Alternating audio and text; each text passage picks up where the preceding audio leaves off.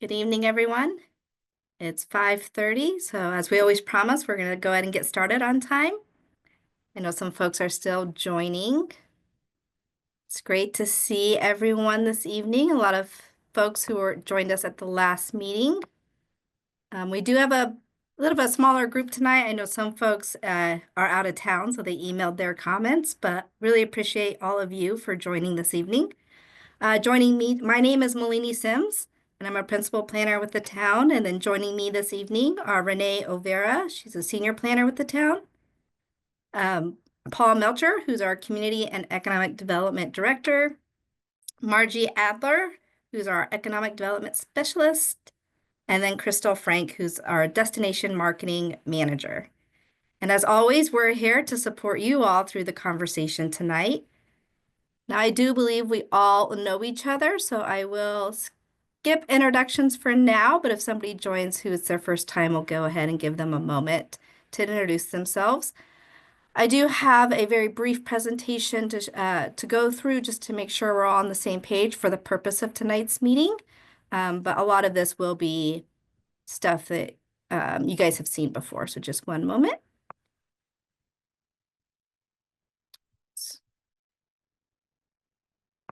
Try that again. Yeah. All right.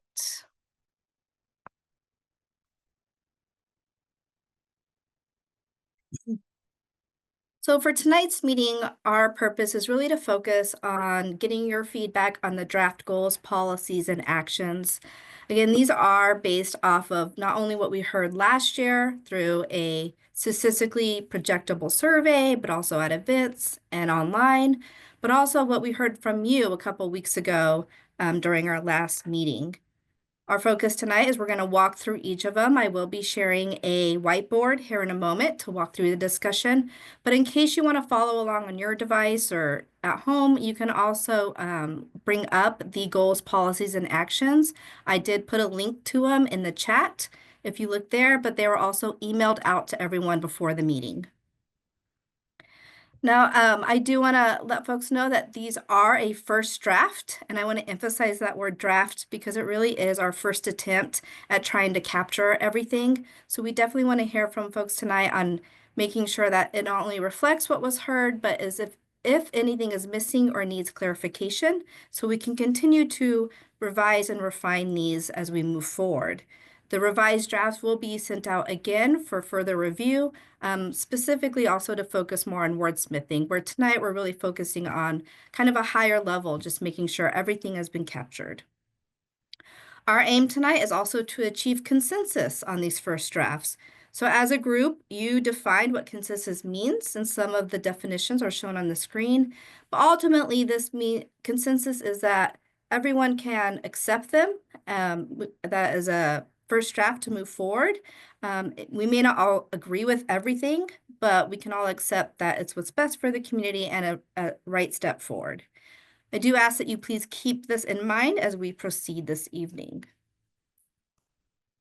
And just a quick reminder of what we're aiming to capture through the goals, policies, and actions. Our goals are really what are we striving for? It's the desired result, whereas the actions are your specific steps that the town needs to do to achieve the goals. And your policies are really that bridge in the middle. It's what's the path to achieve the goals. Always the kind of task for a general plan is that the goals, policies, and actions are prescriptive enough to make sure that the intent of what residents wanted is clear, but also broad enough that they stay relevant over a 10-year timeframe. So also please keep that in mind as we move forward through tonight's discussion.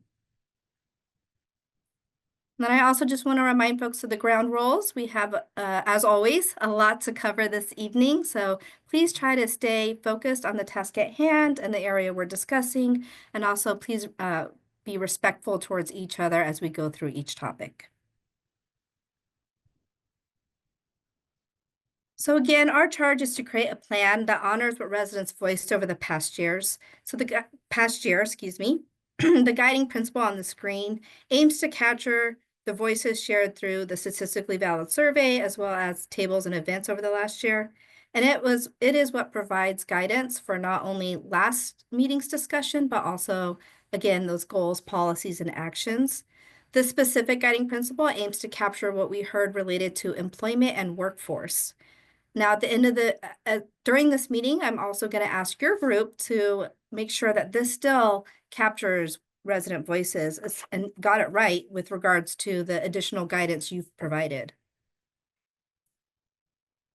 And then the second guiding principle, it's related to business attraction and tourism. Again, you can see on the left side of the screen, this is what we heard over the last year. And on the right side of the screen is the draft principle that provided guidance for our conversation. And again, at the end of the meeting, we will be checking in with you folks to see if it also has room for revision.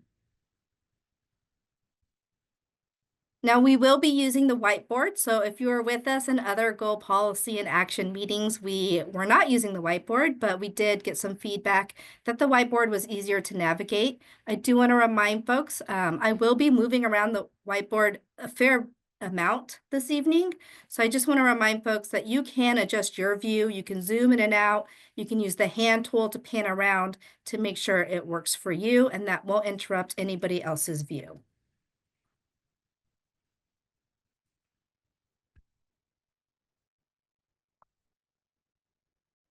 All right. Are there any questions or comments before we get started with the discussion tonight? Not seeing any. I'm going to go ahead and share the whiteboard. Just give me one moment.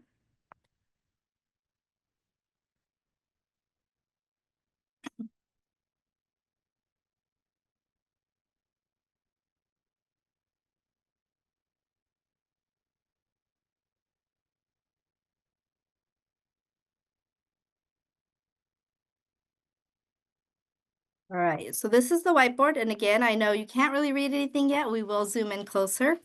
But I just want to kind of walk through everyone what our aim for tonight is. We have 3 areas and again, 2 guiding principles to cover. So we're going to start with our workforce and employer attraction group, which is purple. And then we'll also talk about the guiding principle related to that.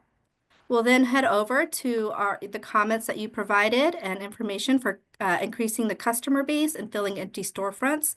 That is our green columns. And then we'll wrap up talking about tourism, which is our blue area. And again, we'll finish with that second draft guiding principle. I will be keeping pace for us tonight to make sure we achieve our goals and get through everything, but please keep this in mind as we go through our discussion tonight. We also prefer to see everyone's face and have you unmute yourself and speak, but I do want to let folks know that the chat is available if you're more comfortable or if that's easierly accessible to you to participate tonight. The most important thing is that we're hearing from everyone. So with that, let's start our discussion. Again, we're going to start on the purple column. If you are using the goals, policies, and actions that were emailed or linked in the chat, this will be your first 4 pages of that document.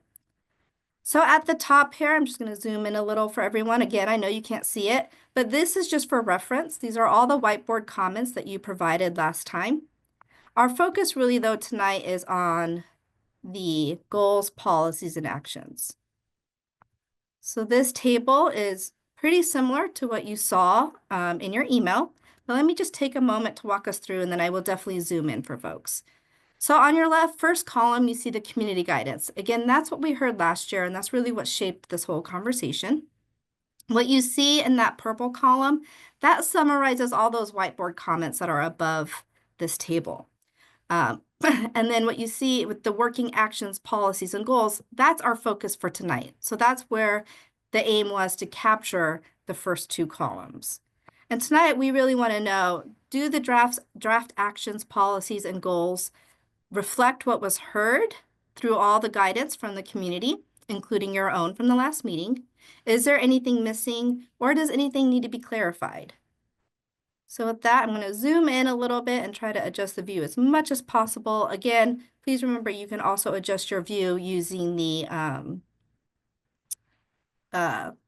navigation menu in your lower right-hand corner. So let's start with our first group, which is defining high-quality employers. What we heard from the community is they want to prioritize having high quality employers, and the question, and you guys help define what that means in terms of what does high quality mean. And what we heard is includes a broad array of employers, not just those that offer high wages, but also those that bring in sales tax and helps with the town revenues. It could also be home-based jobs or even jobs in high demand in Oro Valley. So I'm going to scroll over so you guys can take a moment to read the actions, policies, and goals. This is A1, A2, and then the policy is A and the goal is 1. So take a moment to read through that. And then, of course, when you're ready, if you want to let us know is anything missing, anything can be clarified, or general comments or questions, please raise your hand.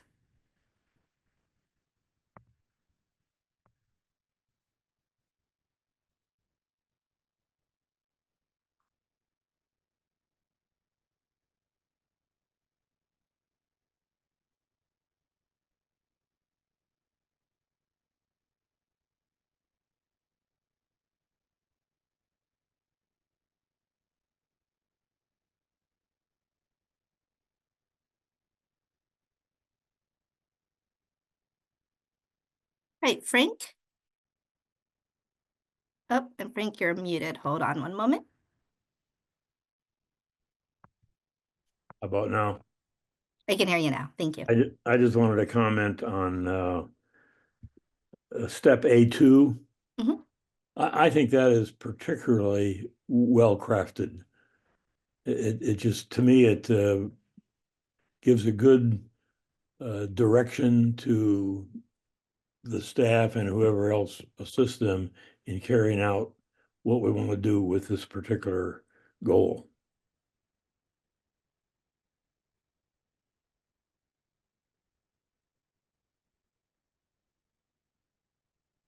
Okay. Great. Thanks, Frank. Appreciate the comment. And I am scribing them down so folks can, so we'll have these as well.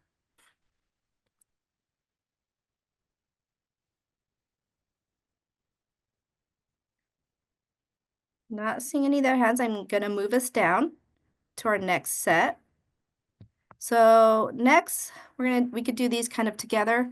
We talked about what needs to be in the community to attract workers as well as attract employers.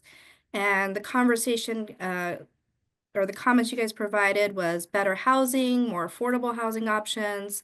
Employers need a quality workforce, and also job opportunities need to be available not just for workers, but their significant others. Schools and educational opportunities that they should be marketed because that is the reason some people will come to Oro Valley.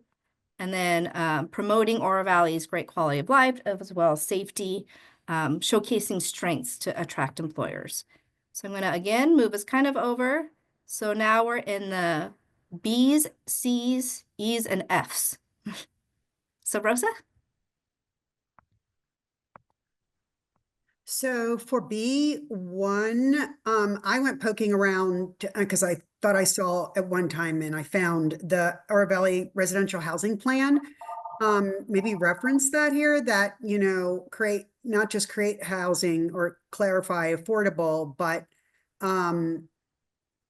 make available or publish the Oro Valley Residential Housing Plan, because that tells you where we already know we have about 3,000 units going in, approved, and zoned, and all different kinds. Like I was counting up the apartments, and there's quite a few apartments planned. So maybe add that, to say that we reference our already in existence Oro Valley Residential Housing Plan. Okay. And just for clarification, Rosa, are you talking about the Oro Valley Housing Study? It's a map. It was on, yes. You know what I'm talking about? Yeah. Yeah. Where we identified all the areas where housing has already been zoned for a particular type of housing and where it's likely to be built. There's some new stuff in there, like the La Cholla Lambert one, but like there's also the apartments approved at Marketplace and, and Rancho Vistoso. And then there's like all the housing in Stone Canyon area, like where, the availability up there. It just gives you a good kind of an understanding of what we have now. which if you don't know that exists, then you don't know that what Oro Valley already has in the pipe. So I think that's important if we can somehow add that we, you know, that we, what we currently have, so that when somebody is looking for needs, they know what we already have planned. Absolutely. Yeah. And thank you for clarifying. So for everybody's awareness, we do like a residential projections every year.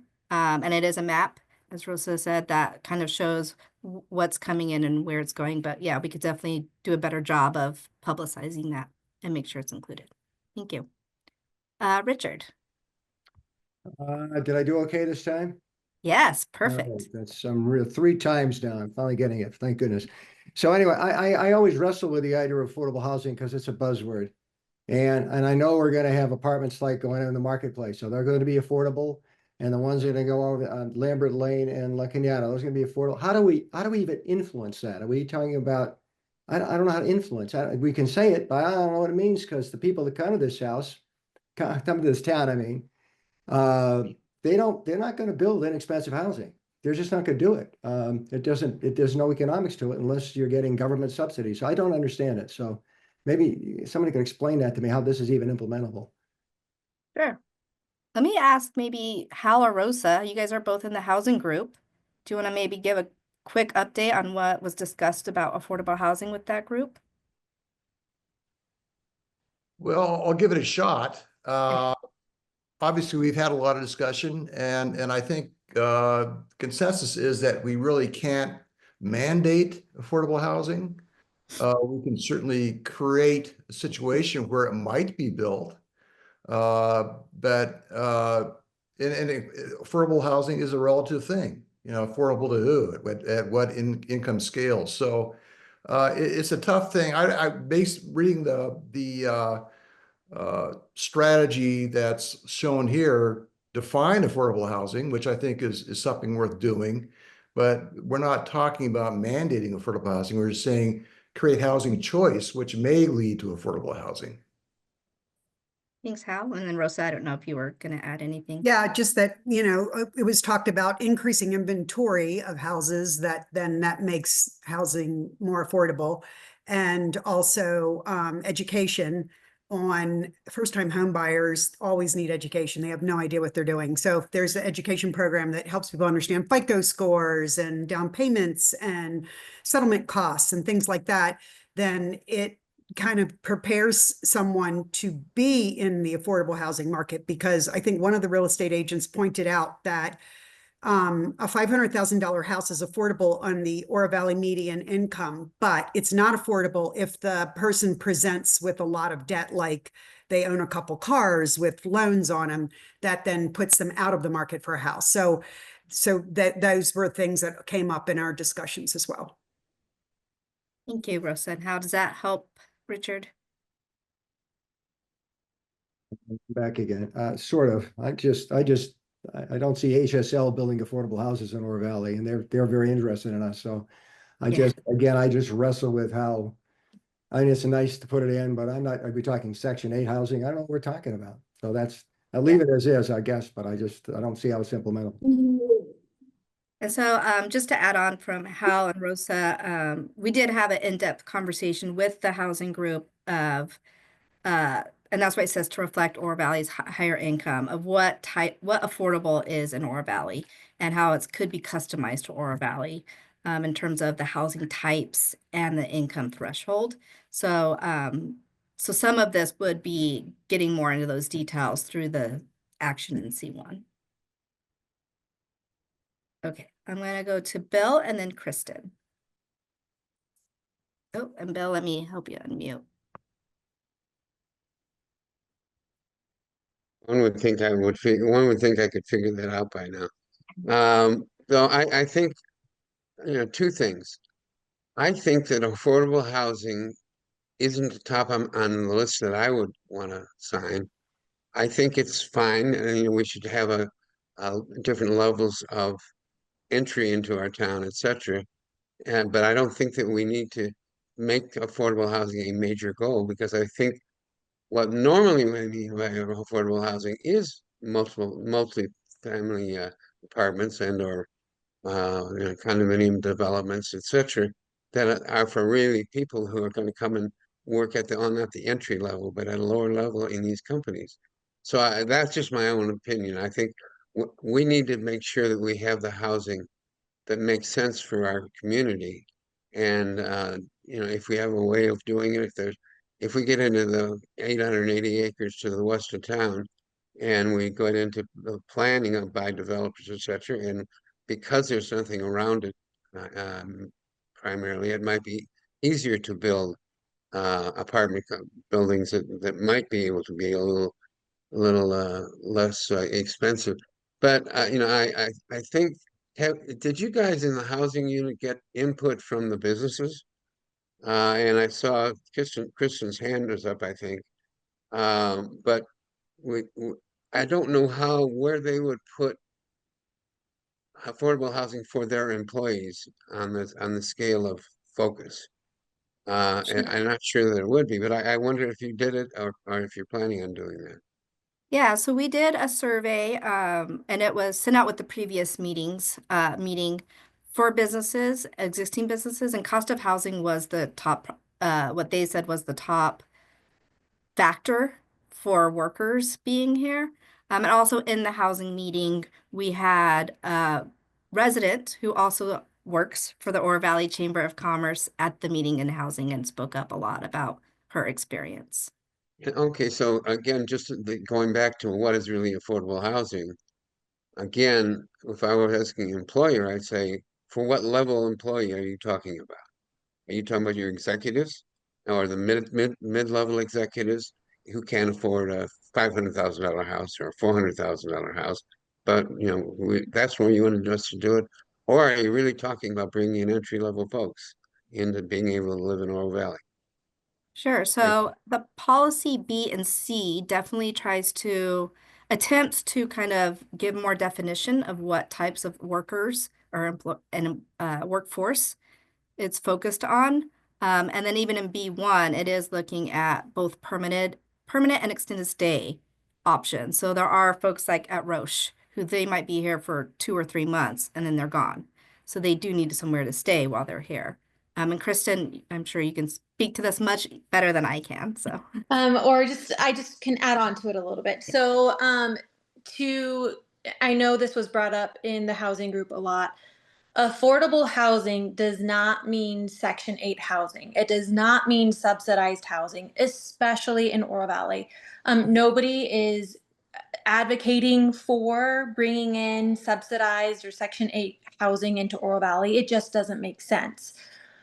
To like piggyback or echo what somebody else said, affordable is relative to Oro Valley. And in this instance, when we're talking about the economy and what employers need, again, like Malini said, I think it was their top or number 2, their top concern was they can't find their workers can't move here for jobs because they can't find housing.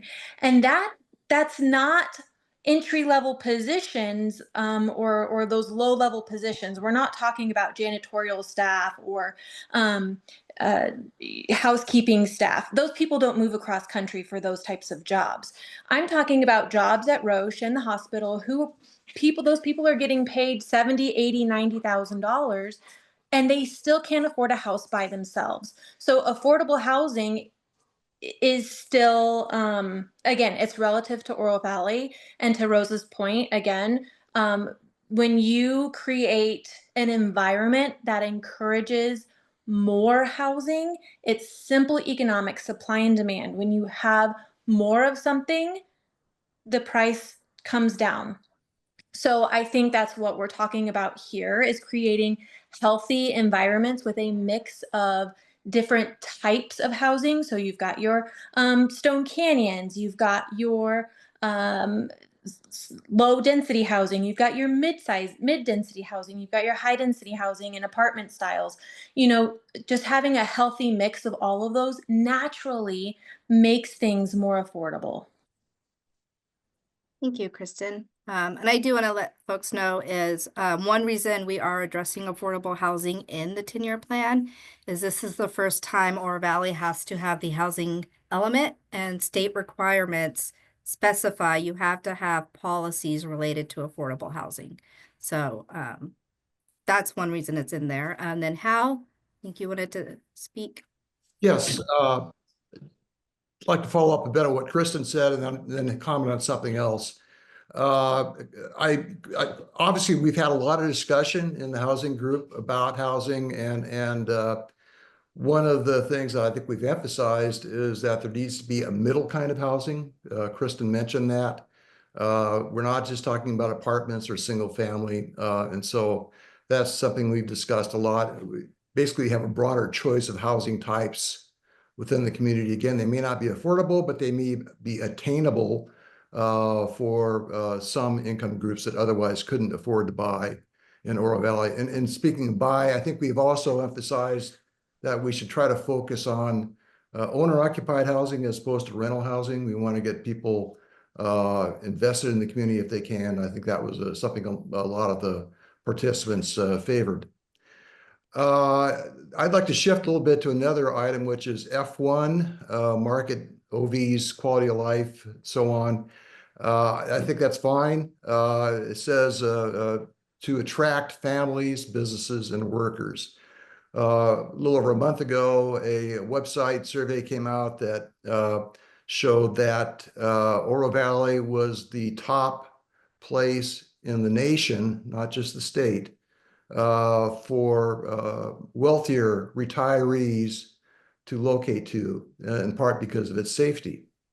And I think that the fact that that's happening, that a third of the population in Oro Valley is over age 65, is actually a benefit to the community, because those people are bringing resources, money that they earned in other places in the country and spending it here. So I think you might want to think about adding attract families, retirees, businesses, and workers. So add the word retirees in that action statement. Thank you, Hal. And I also want to let folks know, I hear you about the housing information, and unfortunately, we do have everyone kind of siloed to focus on their individual, to focus on specific areas, but we will be sending out all the goals, policies, and actions that every group has worked on at the end of this process. So you will have an opportunity to not only see, but also provide feedback on all the housing goals, policies, and actions too. Okay, and then Bill?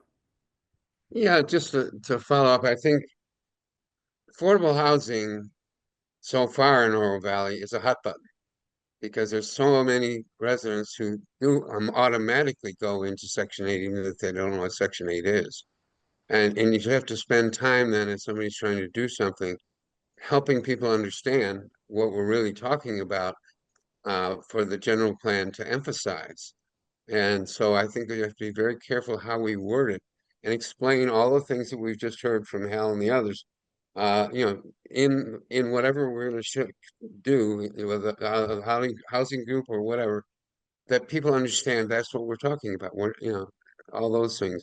I haven't tried to go through it and see what I would change, but I would hope that we would make it as clear as possible, or we're going to have an uphill battle when we go get this to be approved. Okay, thank you.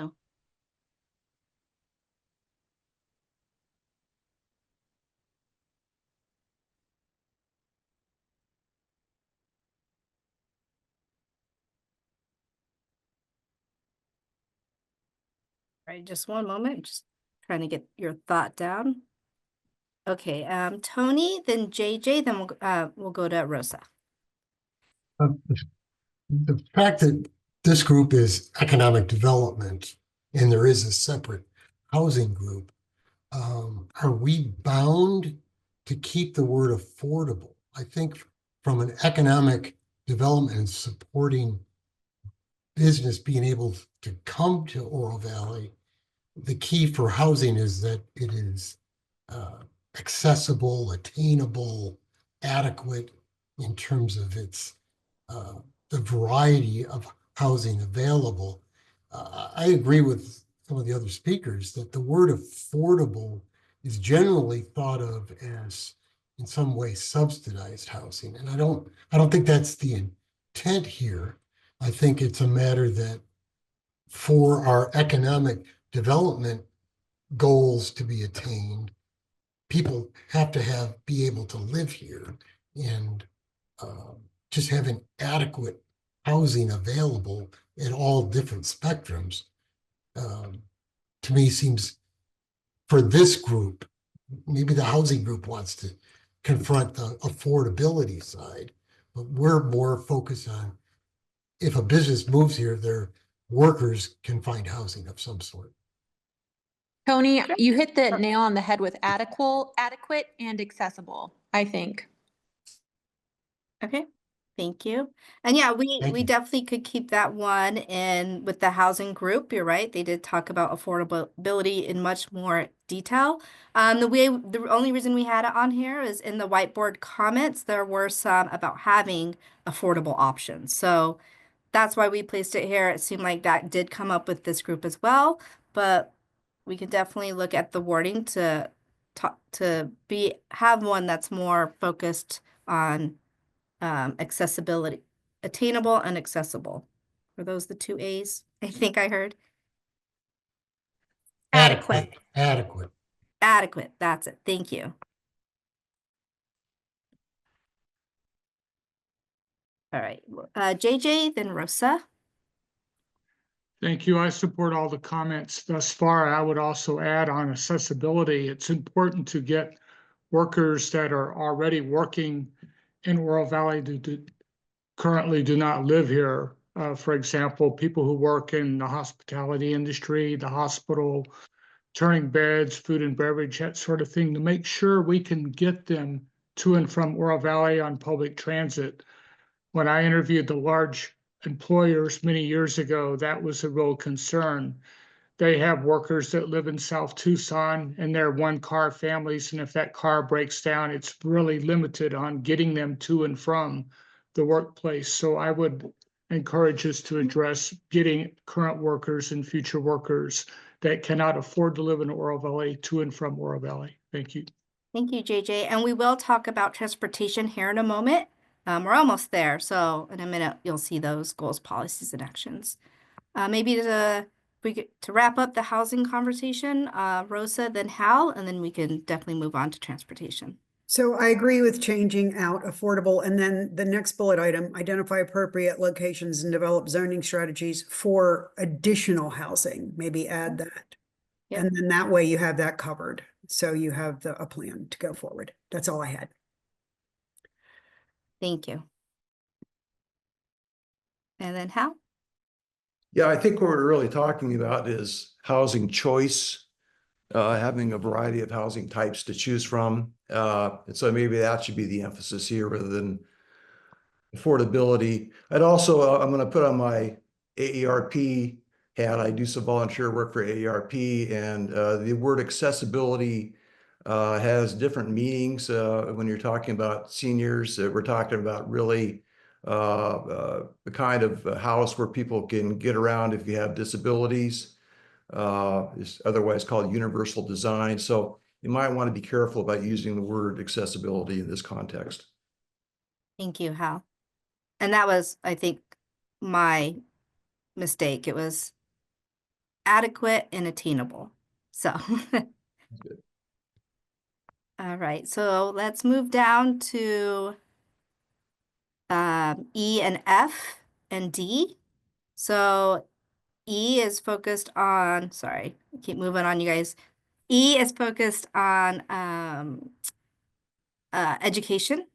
And F is, we did talk a little bit about F, adding retirees. And then D is starting to get into having that third space or public spaces for people to gather. And that should say open past 8 on D2. So just look, I do want to look at the D and the A's, A1 through A3 together. So just so you guys all are aware, again, we do have these overlapping topics with other groups. We did meet with another group who really focused on a central gathering area or community gathering spaces. So D1 and D2 definitely aim to focus on what you guys spoke about, as there just needs to be more places for people to socialize as well as have educational opportunities. And then we did hear from folks that they would like to see some things open later, specifically past 8 to hang out at, especially for the youth. And then A1 through A3 is looking at creating kind of those more community gathering areas. And with another group, we did talk about Marketplace possibly being a hub for that, but there's a lot of areas around Marketplace to connect to build upon. And then also making sure that these areas are unique in Oro Valley, and so that you know when you're coming into one of those community gathering areas, it's not just another commercial center, for instance. And so with that, Kristen, you have your hand raised. Thanks, Delaney.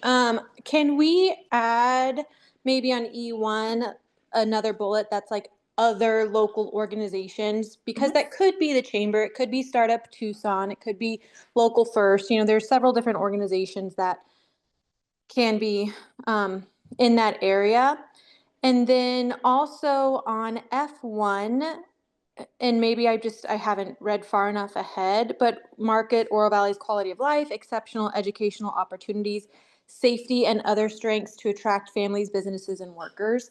In the business survey, the #1 attractor of Oro Valley for businesses to move here was safety. And so I feel like that should have a larger role or break it out or more importance, because that is like literally like the #1 reason why everybody chose to move their business here. So, I mean, I don't know how we need to do that if it's listed someplace else, but that's just kind of my observation. Okay, thank you. And then Rosa? So since this is economic development, when talking about the education opportunities, can we work in somehow the businesses that augment education? Like we have music businesses and tutoring companies and things of that nature that are actual businesses that are part of education in some way or another, but can we highlight that in one of these? I was trying to figure out which one. Maybe D1, develop strategies to create private and public spaces throughout the community that encourage, but I'm talking about the businesses. Like we have a lot of businesses that support education in Oro Valley, like tutoring businesses, music education businesses, things of that nature. Do you think in E1, and this is a question for you and the group, if it was, well, it might need to be a separate one because E1 is more connecting Yeah, institutions with businesses for workforce. just highlighting the businesses that Yeah, we I see what you're saying. support. You know, I know with my kids, like I was always looking for music places and, you know, tutoring companies and things of that nature. And I know that's a big plus for other families as well. Education support businesses, and we have them in Oro Valley.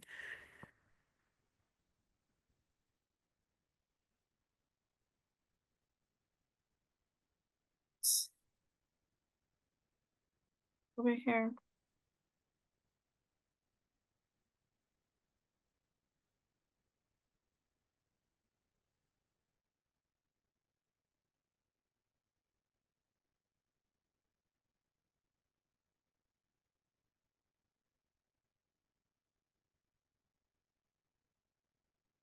And then Kristen, did you have a comment on that?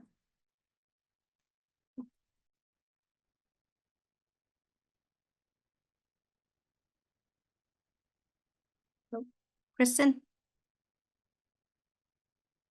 No, Margie, did you want to make a comment? Sorry, I'm like feeding dinner Yeah. as well. So I stepped away for a second. I didn't comment because I don't know where I would put that. I don't have an answer. Sorry. And I think we'll probably need to add another action about it. Well, and I'm sorry. No, go Can ahead, I Marcy. speak? Thank you. I was wondering too, wasn't there one earlier that talked about, well, there's the marketing, the quality of life, but I think also marketing those businesses that are here, because I think it's finding the way to get that word out. There are opportunities to find the information, but I don't think it's real accessible for people. So maybe it's enhancing the marketing of that information for the people coming in. And I like Rosa's, I'm sorry, is it Rosa? I apologize. Yes. Thank you. I like that idea, and I think it's great to support those businesses because there are a lot of businesses. We also have a new theater company here for children, teaching children. So I think it's really promoting all of those things, and I think that is a great thing that I always think part of our problems with a lot of these things is getting the word out. Where do you put it that people can see it and make it really accessible for people? Okay, thank you. So I did add marketing existing businesses to that one. And then Tony? I don't know if it fits in here, but everyone talking about the business of education and the variety of education. You know, I think I look at Oro Valley as having a valuing lifelong learning. I mean, that's one of the things in this town you can, regardless of how old you are, young or old, there's opportunities to learn. And I think that also enriches the desirability of the community to for new business. So I don't know whether that term lifelong learning incentive or value may fit in here. Okay, no, that's a good one. So I'll put that also as an add.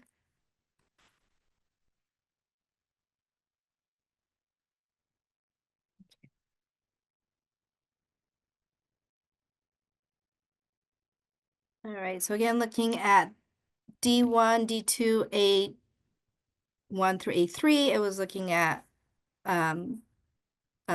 community amenities, gathering spaces, entertainment, restaurants, things to do for folks to make Oro Valley attractive for workers and employers. And again, D2, it should say open past 8. Any thoughts on this set? And then we'll go to transportation. And I am going to move the screen over just so you can see not only the actions, but also the policies and goal.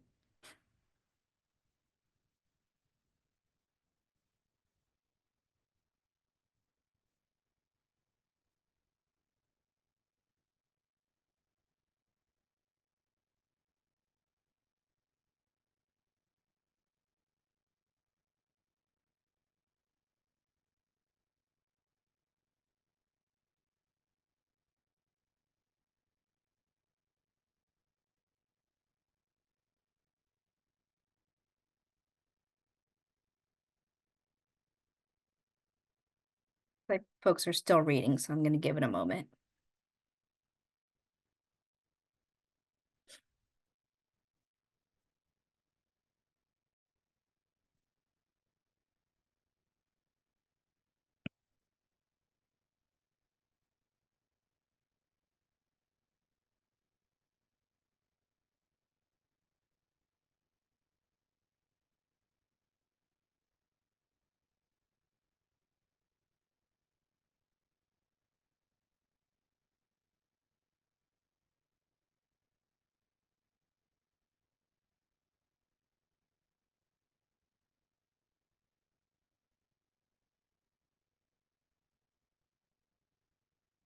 Tony?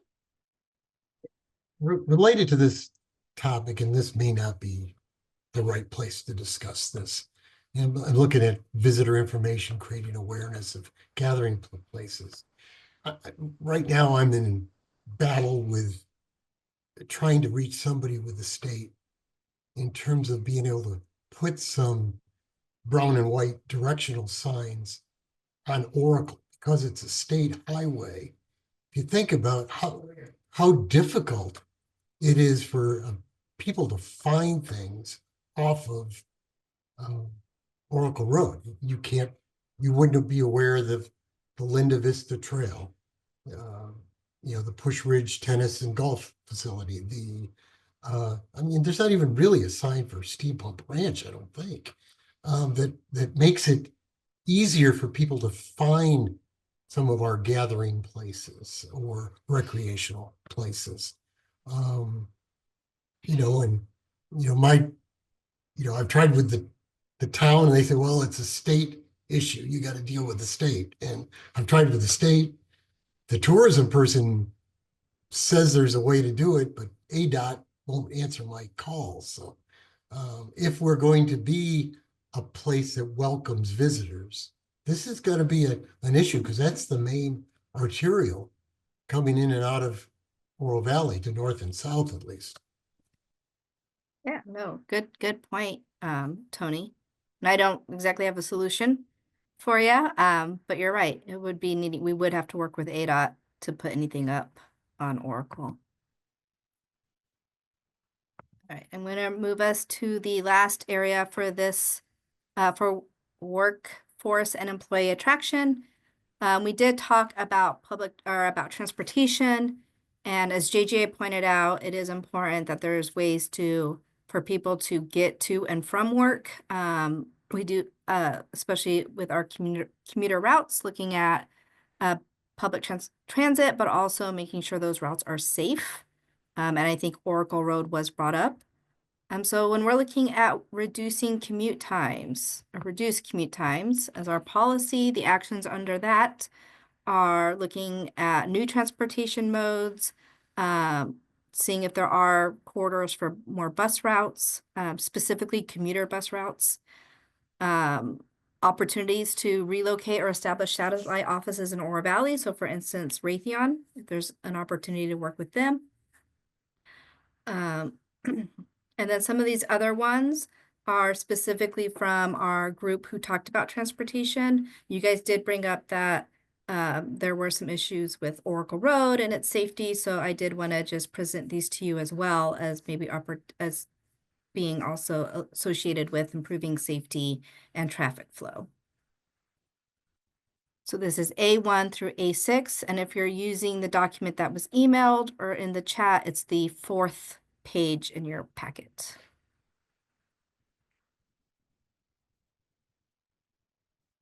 Tony?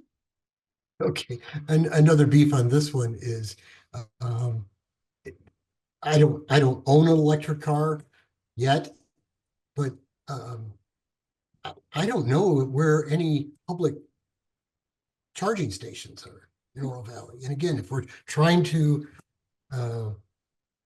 attract new technologies, younger people that, there's nothing that tells people that this is a community that recognizes that ultimate trend towards utilizing electric vehicles. Yep, great. I'll put that as also a potential ad to talk about electric vehicle charging stations. And then Hal? Yeah, I'm wondering if the language of the policy reduce commute times is too limiting. I think we need to be talking about not just how long it takes to make a commute, but how safe it is, how costly it is, what kind of choices do you really have, how healthy it is.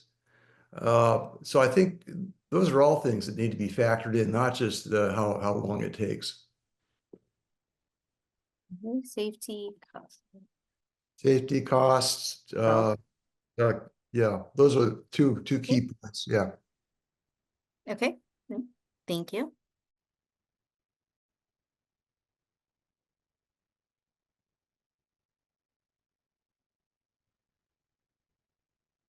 Yeah, definitely take a look at that policy to expand upon it.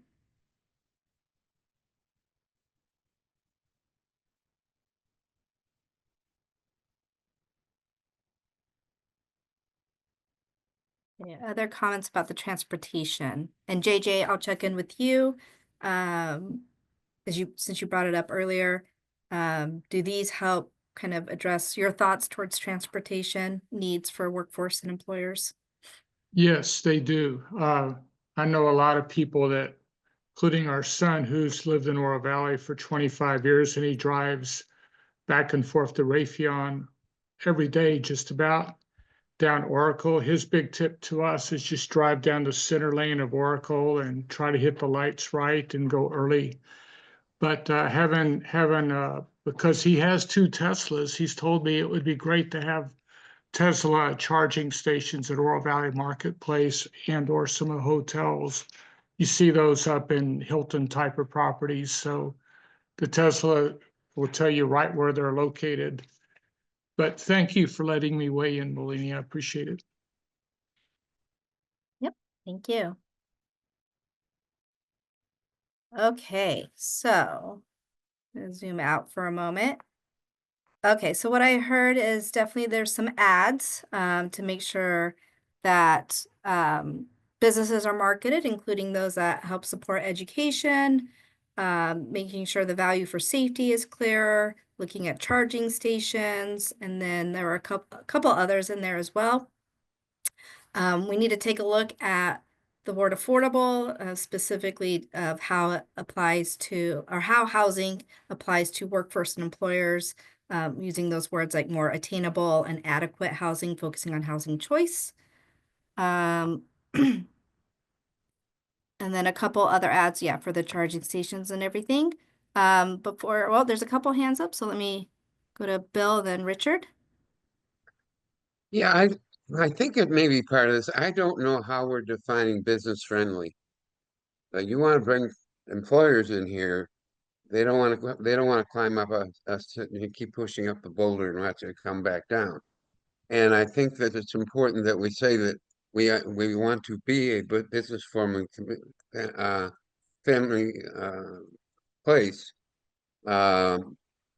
Because again, without that, you can easily worry about whether it's a 4-story building and it's going to take 3 years to figure out what you're going to do.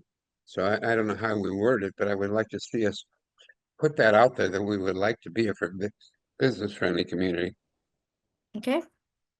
And we will talk about here in a moment in our next column more about business attraction and retention. So we'll see if, I don't think we use those terms specifically, but we can see if there's a area to add that in. Richard? Yeah, doesn't RTA pay for our Sun Shuttle Oro Valley?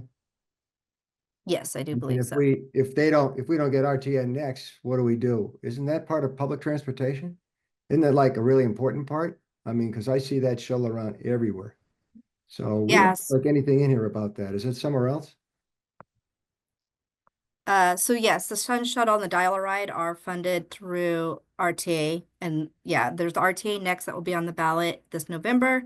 And you're correct. If it doesn't go through, we would have to look through for other funding We need sources. to have something in here that just says that we want to somehow support, I don't know, RTA next, but support public transportation, the shuttle, I don't know, something that just says, because it's not there. And that's the most important thing we have for public transportation right now. Absolutely. And so in our transportation group, they definitely have some goals, policies, and actions about supporting public transportation, the Dial-A-Ride specifically, the shuttle, the mini buses that you see going around, and then also making sure that it's looking at funding opportunities as well. So, but I will make sure you guys get an opportunity to see those goals, policies, and actions too. All right, so with a head nod or a thumbs up, is everybody accept these as the first drafts, that they're headed in the right direction with some of the changes we discussed? Okay. So before we move on to business attraction and retention, I do want to take a moment to, have everybody look at the guiding principle that's on the right-hand side of this image. Does the guiding principle, do you think it accurately reflects what was heard over the last year, but also your conversation? Are there any revisions or areas that you think needs to be improved? I hate to interrupt. This is Joe Brandenburg, but my screen is white. I don't see anything that you're projecting. Okay. Is that the same for others? No. So Joe, what I would do is on your navigation menu, you may want to use the, if you click on the down arrow and do fit to screen, the whole screen will come up, and then you can use the hand tool to navigate over. Is it the one that says employment and workforce? Yes. I'm there. It's underneath the other stuff. Yeah, it is at the bottom of the other stuff. Okay, thank you. Yep. Yeah, it really doesn't work, but And you may also have to make sure you're following again. So do you see an option to follow?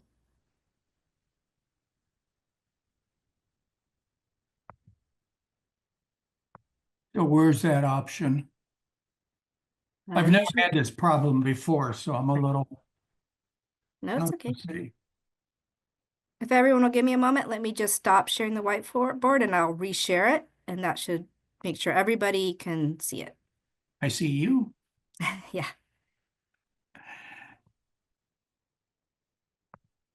All right. So it should be repopulating for everyone's, and it should be right where we need it to be. And so if Oh, you yes, saw, kind of the employment workforce resident direction from phase one. yep, perfect. All right. So You're any good. comments, thoughts on the guiding principle?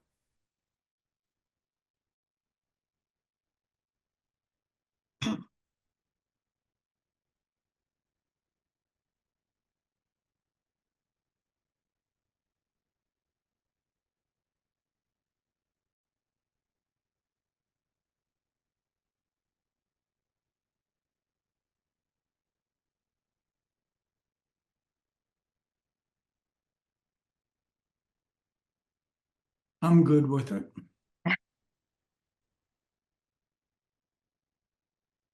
Looks like everyone's done reading, not seeing any hands up, so I'm going to move us on then. So bear with me again. We are gonna be moving around this board a lot tonight, but our next area, oops. Okay. Looks like our chart got erased somehow. All right, so I'm just gonna go through this and then I will share another screen that has the draft goals, policies, and actions for folks. All right, so we did talk a lot about customer base and filling empty storefronts. Our conversation did focus on research and business outreach, mixed use project, zoning development and projects, as well as regional marketing. We also talked about increasing the population as well as visitors to help spur more customers. So give me one moment and I will bring up those goals, policies, and actions.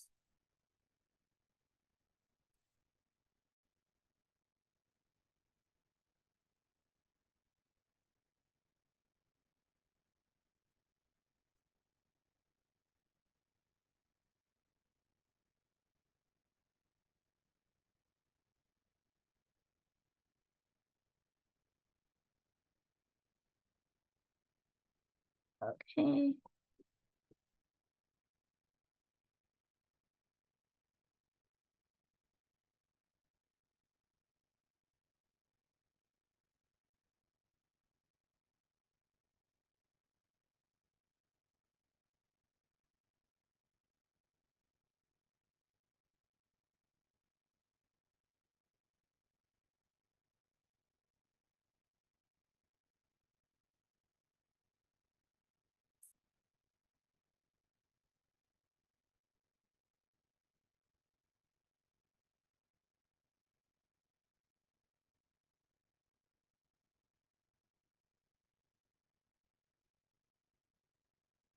Okay, so can everybody see the screen that shows the chart on it?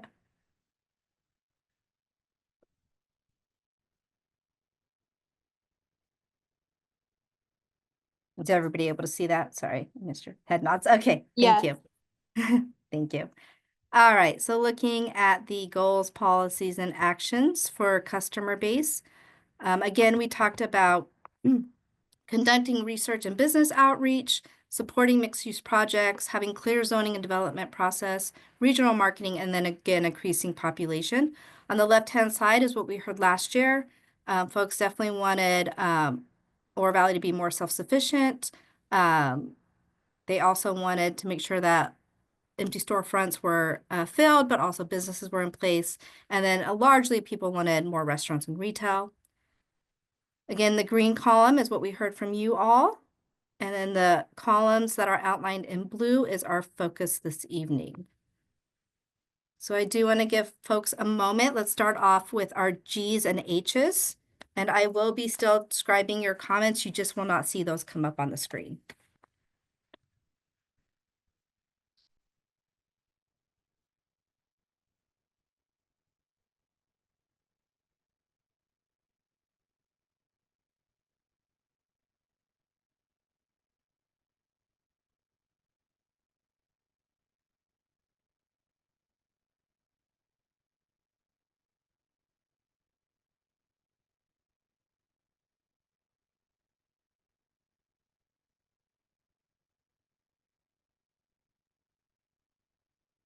Under G1, I think you ought to add Pima Community College. Okay. Thank you.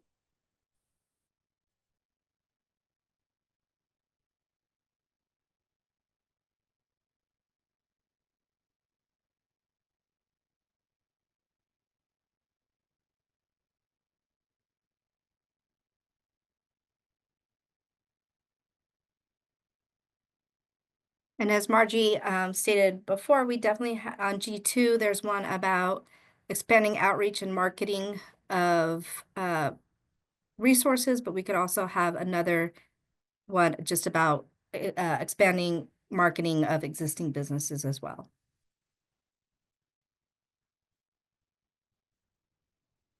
Rosa? So this is more of a question. How does the town get leads to know what kind of business opportunities businesses might be available to even be interested in Oro Valley? Sure. Paul or Margie, do you want to tackle that? Sure. I might ask a clarifying question. Rosa, are you referencing retail, restaurant, and the Anything. commercial uses or primary employer? Anything really, like a large employer or even just like a restaurant that's thinking about coming to the area, like a Krispy Kreme or something. Like how do we know that franchises or businesses are shopping, or even a large employer? How do we find that information out? Sure. There's two ways that we would likely find that information. The first one might be through the Commerce Authority or through Sun Corridor, depending on who gets. Those are probably specific to primary employers. So those are two ways. Sometimes we get outreach through our partners in Innovation Park. So Neil Simon owns it, but PICOR represents him. So we meet monthly with PICOR to see which leads that they might be developing. So there are 3 pipelines through those areas. For retail, it would be through property managers or sometimes property owners. Either they inquire of us about, let's just use the retail leakage study that we just submitted. Some of them have already reached out to figure out what might be good fits in some of their areas. So they reach out, we reach out sometimes to them with opportunities if they come in. So it's probably, I would say the best way to characterize it's a give and take both ways. Sometimes we get them directly and share them, or sometimes we receive them and then start working them from that direction. And then sometimes, like the one that just posted, I forget the Circus Pizza or whichever one that said that they're coming to Oro Valley, they just come out of nowhere and don't even let us know. Can I also add that we also have some software that allows us to look for businesses that might be looking to move, and that can be anywhere in the world. And so we have to target and look for who might be interested here. How would they possibly meet our needs? We haven't found anything successfully that way, but we do keep looking, because sometimes it's limited and they're looking for specific things, or they need specific land sizes or things, but we do keep our eye on that too as another possible way to find leads. So lots of options. Thank you both. Rosa, does that help answer your question? Or Yeah, and I thought maybe we could enhance one or two to kind of say that to do that, since we are doing that and we have a team of people doing that, that using, the local real estate, market, or using software, to to be more specific about how we're attracting, or attempting to bring businesses in. Just because I think people ask that question all the time. I mean, I know I was curious, but I know other people wondered how we did it. So Yeah. A So we could question, definitely, oh, sorry. Just one moment. We could definitely add something about highlighting the using technology and other resources to help attract businesses and what we do. It's a good ad. And then I apologize.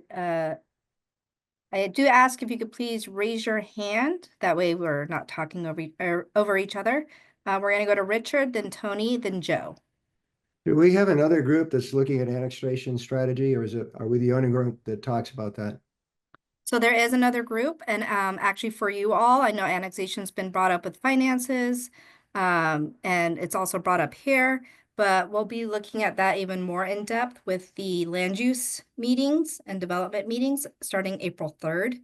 So if you are interested in that area in growth, development, land use, annexations, please email us at at ovpathforward@orovalleyaz.gov. That way I can get you on that distribution list so you get the emails for all those meetings. What's the name of the group again, please? It's the Development Resident Working Group.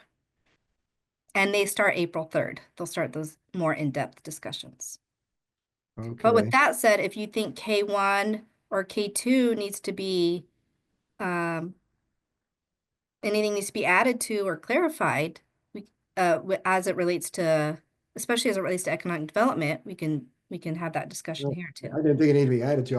I'm glad it's here, and I was hoping others were focusing on it too. So you told me they are, so that's great. Okay, thank you, Richard.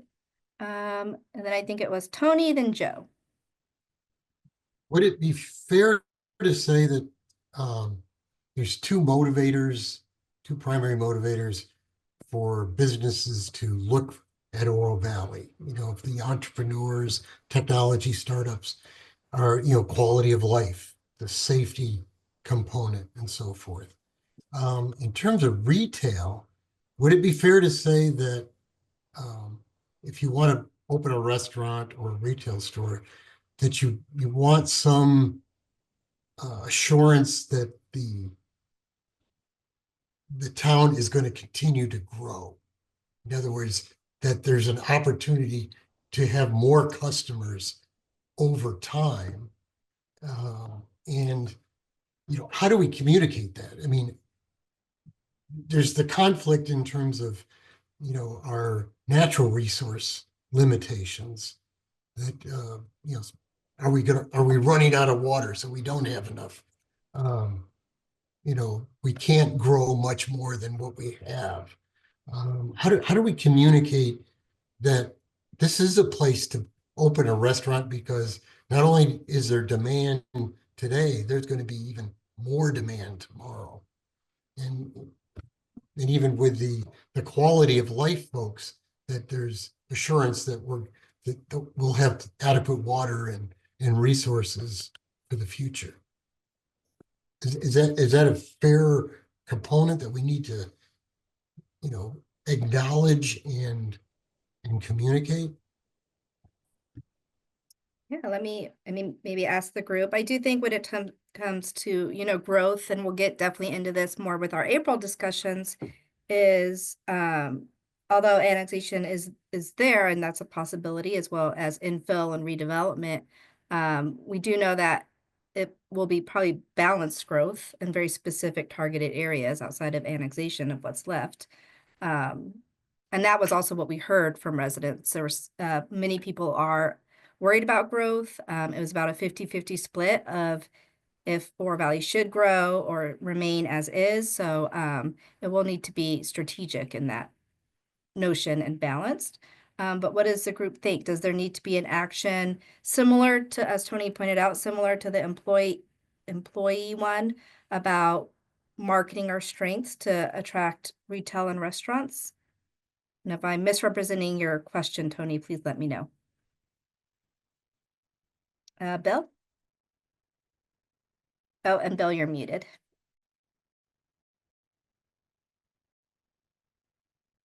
I'm sorry. No, this is a a major issue that Tony's brought up in terms of our reputation. I mean, it's not a secret that the original marketplace, you know, thought they were going to have more people. They thought they were going to have more customers, and they didn't. In the current marketplace, Village Center, is also still going to struggle with that. They've gotten Ashley's and some who have gone back out because they still didn't see the customer base close enough. So yeah, I mean, I think if we want to change it around, the business friendly part of it that we talked about before, we better make sure that that's something, number one, that should be in the general plan, assuming it is. But secondly, that we really market that, that we are going to grow. I'm not sure exactly where the annexation is going to go. We'll talk about that later. But I do know there is an annexation strategy in the town that's talking about several areas. So anyway, I think that we've just got to be sure that we understand that there's these businesses, especially the bigger ones, who are just not going to take the chance unless we can make it clear that we are going to grow. That is part of something that we want to see happen over the next 10 years. Thank you. Yeah. And I do want to mention H1 and H2 kind of, and I1 try to get a little bit at getting more customers near commercial. So having more mixed use areas and also reviewing all of our commercial areas for potential for mixed use development. And then I1, and let me ask this question, does everybody know what the economic expansion zone is? Seeing some head nods. So what that is we currently have an overlay district called the Economic Expansion Zone that covers all of our tech park properties in Oro Valley. And so if you are developing to your existing zoning rights, so you're not asking for any new uses, any new requirements, you don't go through the typical public review process. So there's not neighborhood meetings, there's not planning and zoning commission, and there's not town council. It could be administratively approved. And so that, again, right now covers our Innovation Park area as well as anything zone tech park. So I1 is aiming to help streamline the development review process by applying to our commercial areas. And again, it just depends on, how important having more retail and restaurants is for the community. And then Paul, don't know if you wanted to. Thank you, Melanie. That was a great segue. I was going to ask the question since 2 or 3 people had brought up in the question related to defining what business friendly meant. So much of what we look at in terms of creating business friendliness is the speed to business. The path from entitlement to construction, the briefest that we can make that path is the most beneficial to a business. It eliminates the uncertainty of any of the supply chain issues, increases in labor and expenses, and it gives them that certainty to understand that I should generally expect to get operational in such time, and it helps do revenue projections, all kinds of things. So thinking from that perspective, that might be one of the ways that the group considers looking at business friendliness, in addition certainly to marketing, all those great things that we talk about, the why you should be in Oro Valley, but it really comes down to you have to make the business case. And sometimes for that business case, it really does come down to the speed to when they can get operational. Thank you, Paul. Okay, so the next, we're going to go to Joe, then Kristen, JJ, and then we'll go back to you, Tony. So Joe? I did not, I missed the name of the person I was talking about, the database they have access to. Was it Mary or something like that? Sure, Margie. Mm-hmm. Margie, well, begins with an M.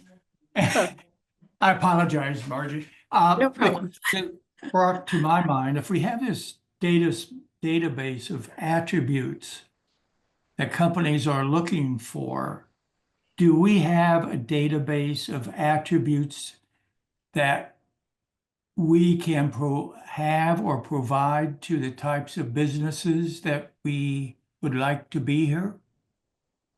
Yes, and so the database I was mentioning though is it's thousands of businesses worldwide, and there's a possibility that they're moving, and then they rank them on how big that possibility is. So that's what we look at. First, what are the ones that are most likely to move, and where are they looking, and how would we meet those needs?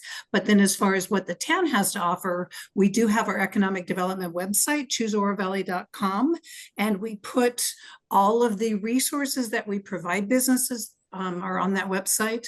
We also have available sites and buildings. So it's available for everyone to see what spots are available, either to move into existing, what land properties are available. Also, of course, contact information for Paul and myself, so people know who to get in touch with, and we're there to help with all of that. But we do try and promote everything through that website. So is this a passive or aggressive outreach? It's aggressive if we find something that would match what would be a good fit for Oro Valley. As I was mentioning earlier, though, I can spend hours looking through, there's so many businesses because it's worldwide, and we may not have what they need, or they may not be a good fit for us. We may not have the land that they need, or sometimes that they need rail service, or they need to be next to the interstate or something like that. So I have to really look through all of that first. And so as of yet, we have not found we found maybe a couple leads through that, but then it's trying to follow up on those leads. As Paul mentioned earlier, though, Sun Corridor and the Arizona Commerce Authority, those are really better avenues for us to find those, and to help with that outreach. So it's kind of more of a regional We have a outreach. database and tools available. It's how we choose to use them. Yeah, that sounds good. Yes. Yeah. And Maybe so that ought to be one of our recommendations is to better define the tools we have and how we choose to use them. yeah, I think what we could do too is, because Rosa brought this up as well, is we could definitely add in action about enhancing and there in the next 10 years, knows what technology will be available to us, right? So Right.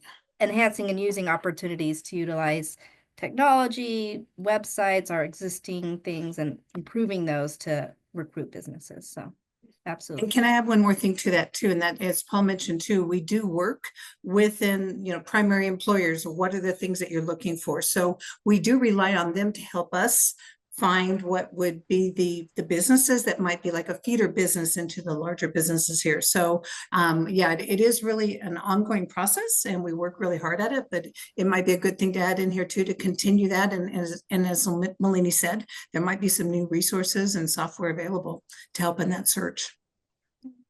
Thank you both. Great Thank you. conversation. Next we'll go to, it was Kristen and JJ. Thanks, Malini. I think in that H1, H2 section, it would be important to add something to the effect about converting or being open to converting underutilized commercial spaces into residential. Because I know there are a lot of areas that are zoned commercial currently in Oro Valley that have sat undeveloped for years, because businesses or developers, they don't have incentive to open businesses there because there's not the population to support it. For example, Rancho Vistoso was zoned, and I can never remember the correct number, but Rancho Vistoso was zoned to build out way more houses than it has. So the population density was supposed to be higher, which is why there's so much commercial zoning up in that area, because it was zoned the commercial to support the proposed population density. But we didn't hit that population density. So therefore, that commercial space is sitting undeveloped because there's not the incentive there for the developers to develop it because the population is dense enough. So I think there's been a long time hesitancy to convert underutilized commercial space to residential because of the possibility that it could be developed. But I think things that have been sitting dormant for years and years and years need to be looked at for alternative uses. Again, in there, it says like, mixed use development, but I think also not only mixed use, but specifically residential. Sure. So I do want to let you know there is it's draft. There's still changes to be made. But with the housing group, they do have an action about evaluating and identifying vacant commercial land where higher density residential would be appropriate to support nearby commercial areas. So we can definitely move that one over here as well. Great. Great. Thank you. Okay, JJ, then Tony and Rosa. Thank you, Malini. And Paul and Margie made several of the comments I was going to make earlier in the question, but I would also add that we need to help the community understand the difference between population growth and growing the economy, because we're talking about better job opportunities for local residents instead of exporting our local adult workers to other towns to work in. And also actively meeting with our plant managers and business owners and other people, local ones that can give us leads. But, I think a lot of people in many communities don't understand the difference between growth, development, and evolving an economy, and the fact that change is inevitable in every community, but growth is optional. And if we don't expand from 36 square miles and annex more land and target high quality employers and help business property owners fill their empty buildings, if we don't really orchestrate that at the town council level and the public media level, then we can have all of the plans that we want. But if the people vote against growth, then Oro Valley is going to get passed up for other surrounding communities that are actively pursuing these projects with the community's support. It's hard to state that in a goal, but I think it cannot be overstated the importance of having the community understand what economic development is versus just population growth. Thank you. Sure, thanks, JJ. And we'll definitely be having that discussion even further with the development group as well.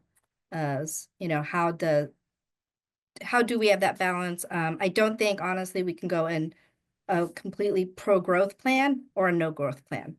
Both would get voted down, in my opinion. So it is finding that middle ground in some way, but appreciate the comments. And we'll discuss that further of what does that mean and what the group thinks in April. I think it was Tony, then Rosa. To JJ's point about population growth, again, that is, in my view, the reality for the desirability of retail to come in. Is there a plan and a smart management of continual people growth? I mean, people, a business is going to, people talked about some great ways of identifying businesses and attracting businesses.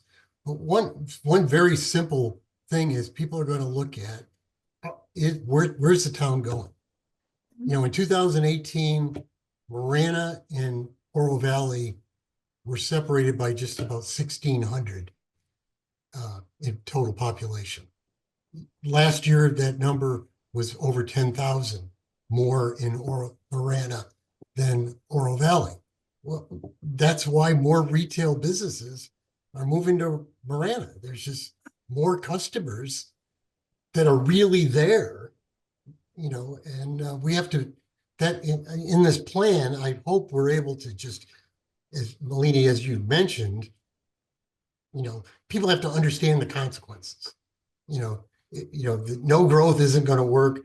Unbridled growth isn't going to work, but we have to have smart growth and people have to understand the cause and effect. If you really want more retail and entertainment things, you know, a business is not going to come just for how many customers are here today. You know, they want to know that there's more customers coming in tomorrow. Thank you, Tony. And I think what you guys brought up last time, and as Paul mentioned, you know, other ways to help attract and is getting more customers nearby through the mixed use zoning. You know, if the group's streamlining development review process for, you know, those commercial properties. So I think you guys captured a lot, but you're right. We will definitely continue this conversation as well in April with the development group. Rosa, then Bill. So on the H2, Mhm. and you said there were, I know we've talked about this in housing too. I just think we just need to be really careful with the language Mhm. because we want people to not freak out. Because I know that some commercial areas, people don't want housing in them. And then there's others where it would be less of a, for use of another word, fight. So I think that if we could identify commercial areas that would be least impactful to surrounding neighborhoods and things of that nature, or just leave the word review in there rather than, like, I think we had a little bit, there was some stronger language and I think we put it back down again, but I think we need to be careful with that because there've been some recent, you know, pretty, you know, intense battles over rezones from commercial to high density, and it involved a lot of people, and we don't want to like alienate people to the plan. But I definitely think there's some areas that wouldn't put up a fight at all, you know. So I guess when we get to the map, that could be a way to look at it. You know, what would be least impactful to people that live in the surrounding areas. So I would be careful with the language. That's the only thing I would say, because I know that it's a hot button issue, as you know. So Definitely. And part of this is, and you're right, with the land use map, we'll take a look at specific areas. With these, we're trying to keep it broad just to give that guidance. And so with the hope that the word review isn't saying it's going to happen, it's just look at opportunities. And then Bill? Yeah, I'm not positive, well, I'm not even sure at all about how we do that in the general plan in terms of growth and why growth is necessary if you don't want a property tax, for instance. Our costs keep going up, and our town people want services. You saw in your survey, we saw people wanted more restaurants, they wanted more retail, they would want less traffic and all this stuff, and all that's fine. If you ask the question, and would you rather have a property tax or figure out reasonable growth in Oro Valley and in the areas immediately surrounding? I don't know how we say it exactly, but having been involved in campaigns, it is really hard to get people to understand that you can do it and it's fine. It's a decision for the town to make. You know, does it in fact want to be a bedroom community and have a property tax, or does it want to have, you know, we don't have to have one of those. We can grow and we can be smart about where we grow, but there are consequences. You can't have all the things you want without understanding we need to we would need to increase the revenues. So I'm, as they say, I'm not sure exactly how to say it, but that's a major issue in this town. But people not understanding all of that.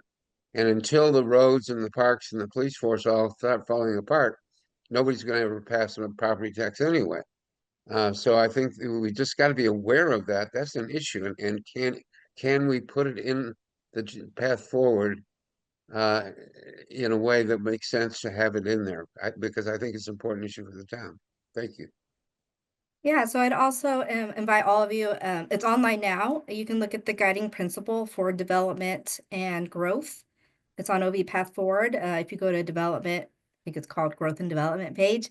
The guiding principle is there. That also shows kind of what we heard last time with regards to growth. And that's going to be our guidance for those April meetings.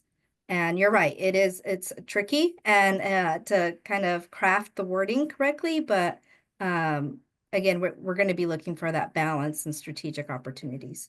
Richard? Yeah, I don't know exactly how this fits, Marlene. I'll see if I can show you this.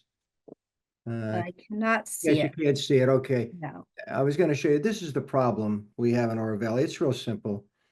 All of our retail businesses are located on Oracle Road, a little bit up on Tangerine. And when it comes to going east or going west of Tangerine and Oracle, of Tangerine and La Cañada, or even, we got one spot on La Cañada, nothing on La Choya, nothing on Shannon, we're just locked in. And so we are gonna have to focus on annexation, and we are gonna have to think about growth, Bill. And maybe that's the compelling argument that, we're locked in Oracle Road, and we got to do more than Oracle Road. And that's the biggest problem we have right now.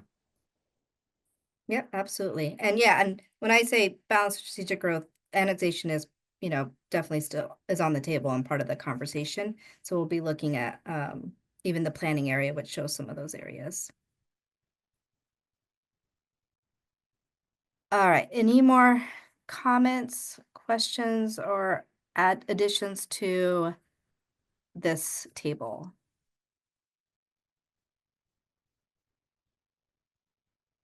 And knowing that, again, not trying to push the can down the road, but we'll definitely get into more detailed conversations about growth and annexations in April. And I did hear a couple ads in here and some changes as well. Is everyone with a head nod or a thumbs up accept these as a first draft headed in the right direction? And they definitely will be added to with the continued conversations. Okay, I am going to attempt to bring up our whiteboard again for the last column. So just give me one moment. See if it works here. All right.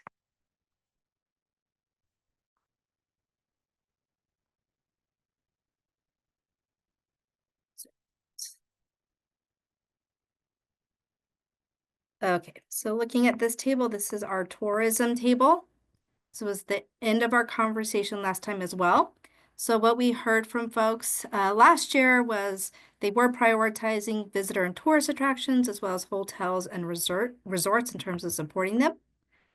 When we met with your group, we did talk about promoting outdoor recreational lifestyle, hosting tournaments as ways to increase tourism. We also discussed a performing arts center. And I do want to note that another group also discussed performing arts center, and they discussed having more of an arts cultural center, so kind of broadening it a little bit. So it could be maybe more of a tourist attraction. Then working with local tourism groups to figure out what leads they had, but also maybe ways to create multi-day events and packages to increase bud sale tax. And then lastly was targeting our marketing to also include regional, national, but also making sure we're targeting our marketing towards specific audiences. So for instance, if you're interested in outdoors, you have certain marketing. If you're interested in spas, you have something different. And then also the possibility for a visitor's guide. So I'm going to scroll up for a moment. So looking at our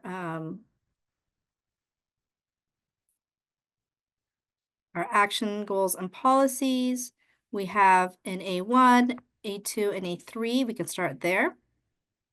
That is speaking to outdoor and recreational events.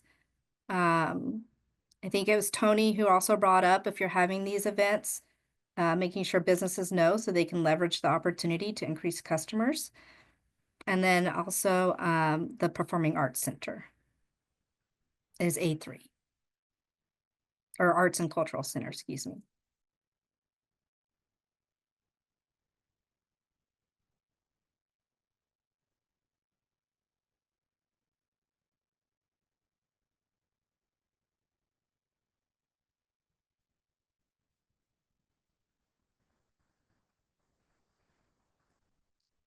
Let's see, I think it was Kristen, then Bill.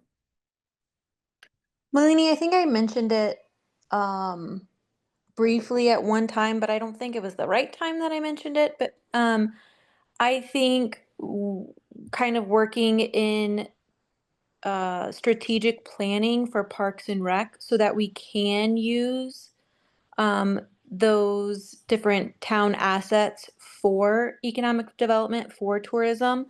I know the plan with the Naranja Park build out was, yeah, maybe we can use it for different tournaments like soccer or lacrosse, but as they are, even with the build out, they still are unable to be used for those types of tournaments. And people are still going down to Keno for their tournaments or Phoenix and things like that.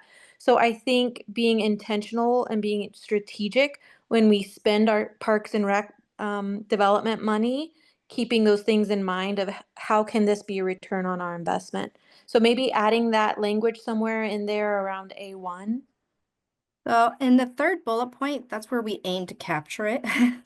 And clearly didn't do the best job at doing that. So maybe, Kristen, would it help if we said, consider tourist opportunities with investments to community and park facilities? Yeah, Or maybe. And I guess maybe I that'll be just didn't stronger. read well enough or like digest that enough before I started speaking. No, you're good. Um, or and maybe like return on investment, consider return on investment opportunities or economic returns, or I'm not sure that considering tourist opportunities says it for me. Okay.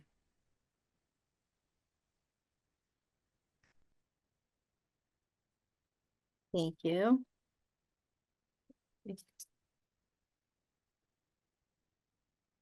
Definitely look at making sure that's clearer.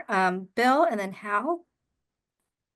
Yeah, the Performing Arts Center piece, I really would urge us to have something about that in the 10-year plan. We, in fact, there's a number of us who've been working on this now for some number of months. And we're about ready to get the feasibility study done by a Dallas-based organization that has done dozens of these around the country. So that we can, and we have a 501c3 LLC ready to go. We've already done it. We're just waiting for the final things to come back to us. So it's real. This is not in the survey that you got, answers that you got back in on the website listed that in the economic development area as well as just the fact of the gathering place, which of course is a performing arts center or an arts and culture center, which we'd have no trouble with. You know, is also a gathering place. Now, you know, we're developing support, and it's a real possibility. I'm not telling you it's going to happen or even it's going to happen when, but we are very much closer to it than we were 6 months ago, of people understanding what it can mean as a whole brand new revenue source to support the services that we want from our town, rather than, again, than additional taxes someplace. So I'd like to see us make sure we have something that focuses on this real possibility. It will also help us raise the money we need to raise if it's in the general plan, to be frank. Thank you. So Bill, did you have a chance to read A3? That's the Yeah. attempt to capture it. So A3, it does talk about the Arts and Cultural Center as well as having performance space. Yeah, no, I understood that. I don't know how this is going to end up. And I do know that if we are really serious about even considering it, that we need to have it in this plan as something to consider for the feasibility of doing it. So thank you.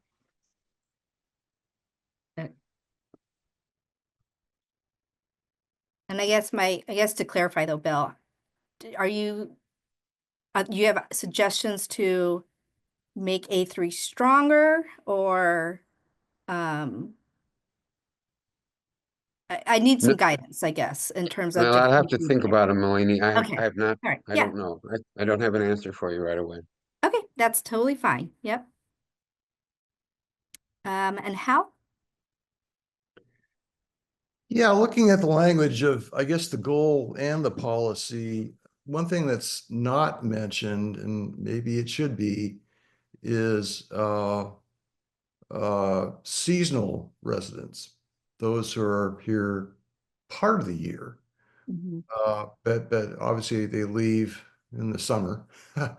But they contribute quite a bit to the local economy. And so I would hope that we would recognize that in some way and their impact, because I think it's considerable. And maybe we should be marketing Oro Valley as a place to live part of the year.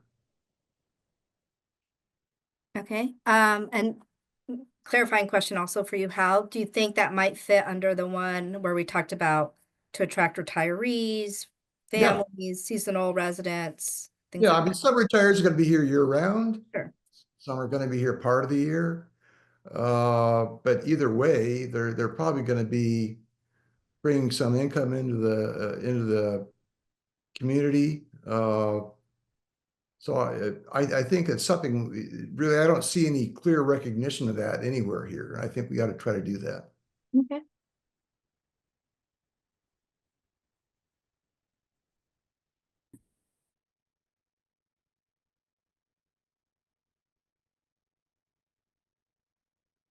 Right. And then Bill, I'm not sure, do you have your hand raised from earlier or did you, if you re-raised it?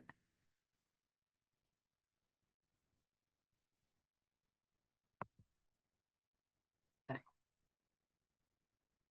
I'll lower it. And then Tony? Regarding tourism, at some point, we probably need to define at least the types of tourism we feel that Oro Valley can be known for. I mean, you know, as it stands right now, it's kind of a really broad definition here. We talk about sports, festivals, fairs, and that's one area, but, you know, is ecotourism? Is it entertainment and the arts? Is it because of the climate in terms of the desirability for our resorts and so forth? What exactly do we want to be known for?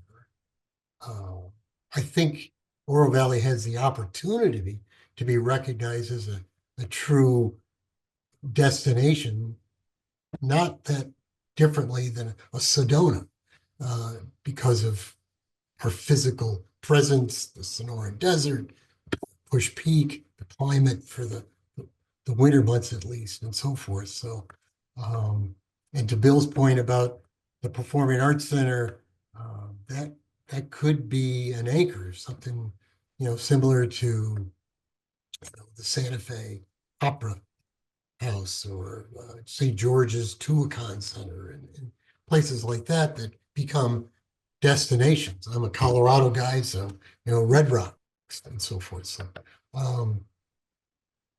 you know, maybe we need to float some of these concepts to the larger group to say, you know, to get a sense of what seems most compatible and realistic for Oro Valley. Okay.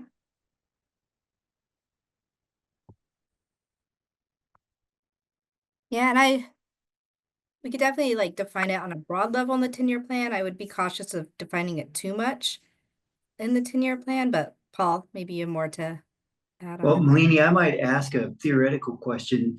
Since we're already conducting the leisure travel study to determine those things, how do you balance the fact that it's already underway versus trying to come up with a strategy?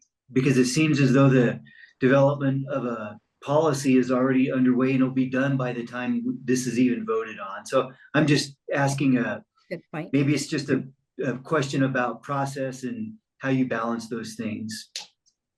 Sure. And so like A4, for instance, we have continued to work with groups to identify opportunities to increase tourism. So that might be one way where you've already started it, you're working on that, but we'd want to continue that. And that also might be where we get better definition of what types of tourism work in Oro Valley, if that helps anybody along. or answers your question, Paul.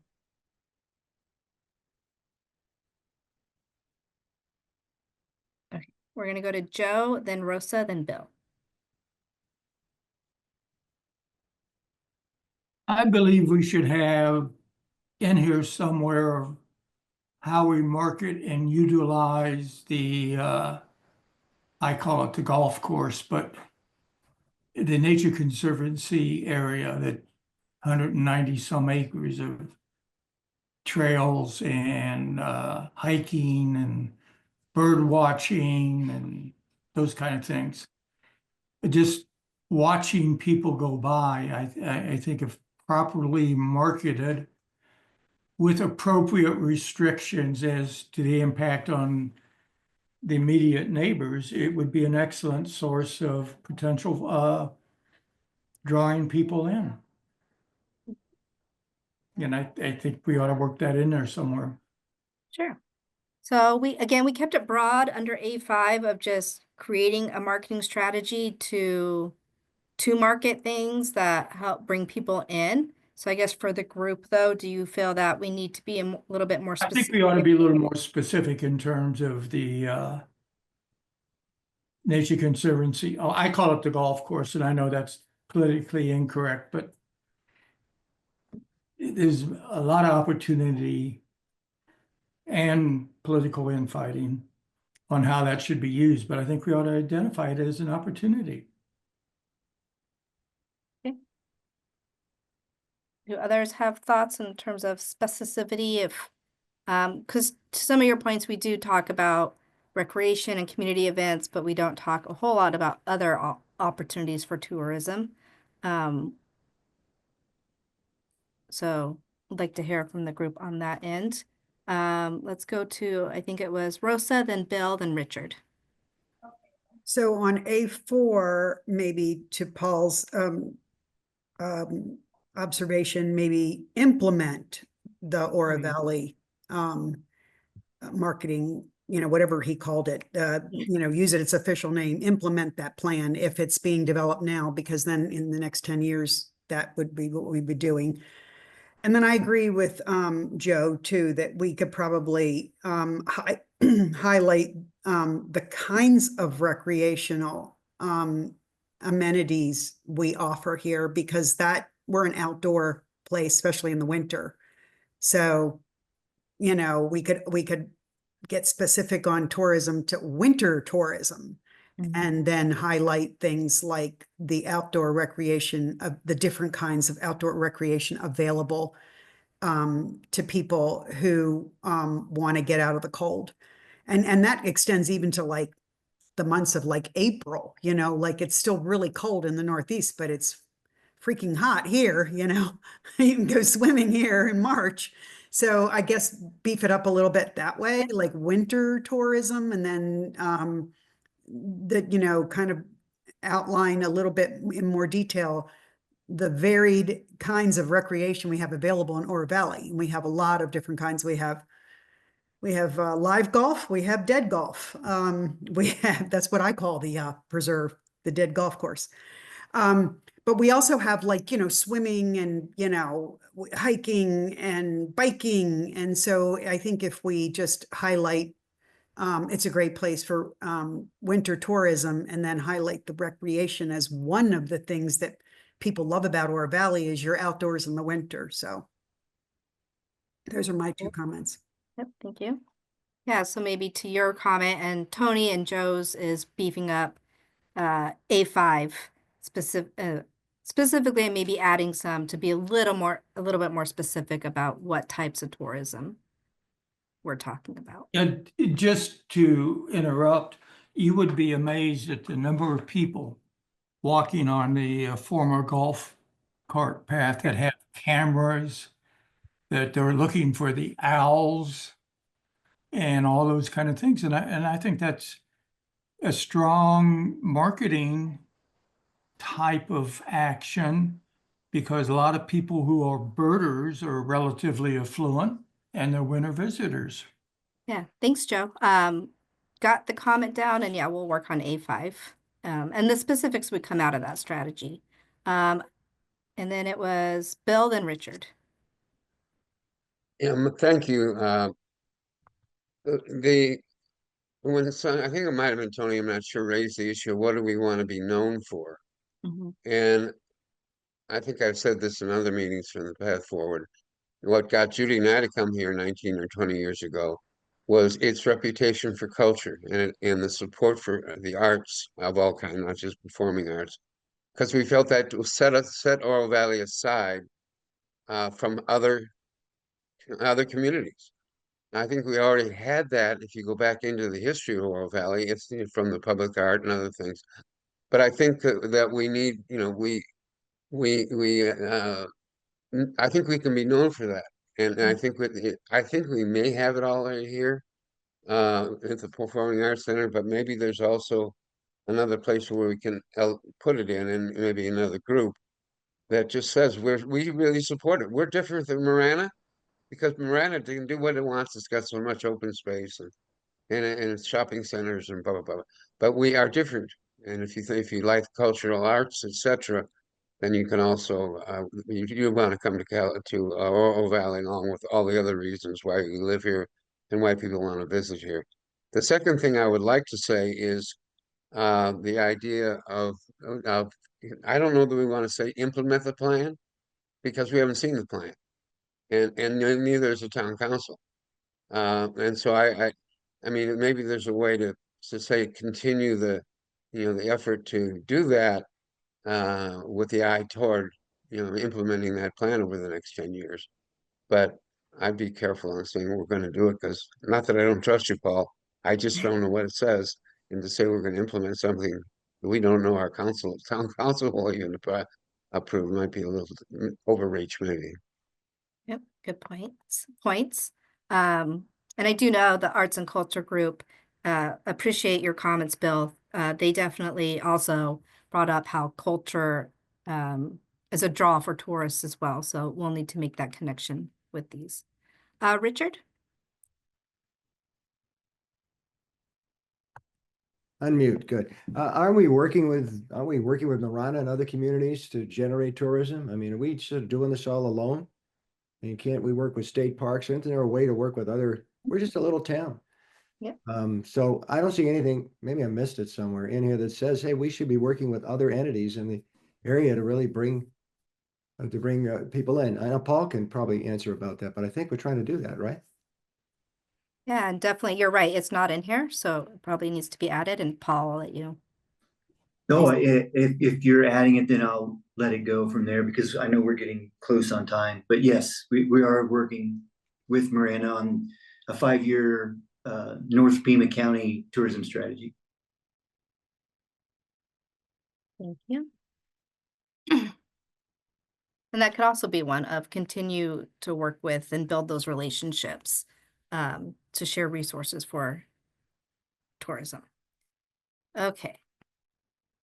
I'm going to back us up a little bit so everybody can kind of see again if any other comments, adds, clarifying questions for the tourism goals, policies, and actions. And if you're using your own, it's the last page in your packet. Frank. Yeah, I had a thought that Hal brought up that I thought was just excellent. And he brought it up during the tourism discussion. I think it probably deserves specific notation in some kind of working action, one area or another. But he mentioned what I call the snowbird market. Mm. And we haven't really addressed appealing to that partial year resident group at all. And I just think that it's significant and deserves specific mention. Great, thank you, Frank. Got your comment down, and yeah, we'll work on some of these to make sure that population's included.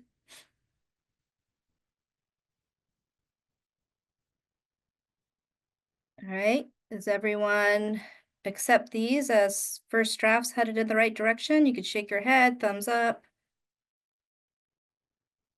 Okay. Again, just remember, we will be going through the comments, making revisions, and sending it back out to folks.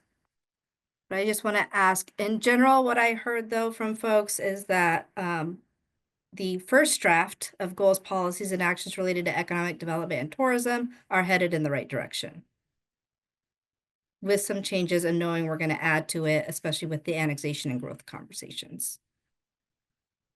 All right, well, I do want to thank you all. This was, again, a lot to get through in one meeting, so I appreciate you taking the time to be prepared, show up prepared, and share your comments.